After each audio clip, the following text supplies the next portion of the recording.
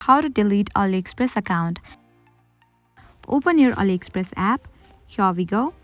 Your home page appears. At the bottom you can find different options. Go to this option account, open it. Now at the top right corner you can find this settings icon, tap on it. Now go to this option profile, open it. Now here you can find this option of delete account, tap on it. Scroll down, tap on delete my account. Now tap on this option of get code. You will receive 6-digit code in your email address that is linked with your AliExpress account. So close your AliExpress app and open your Gmail. Here we go. At the top you can see that AliExpress has sent me the mail. You have to open that mail. Now you have to remember this code. And then you have to type in over here.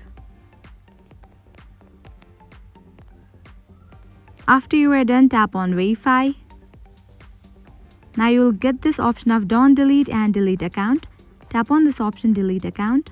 And here you can see that my account has been deleted. This is how you delete your AliExpress account. I hope now you guys are clear about how to delete your AliExpress account. At the end, if you find this video helpful, make sure to like, share and subscribe to our channel. Thank you.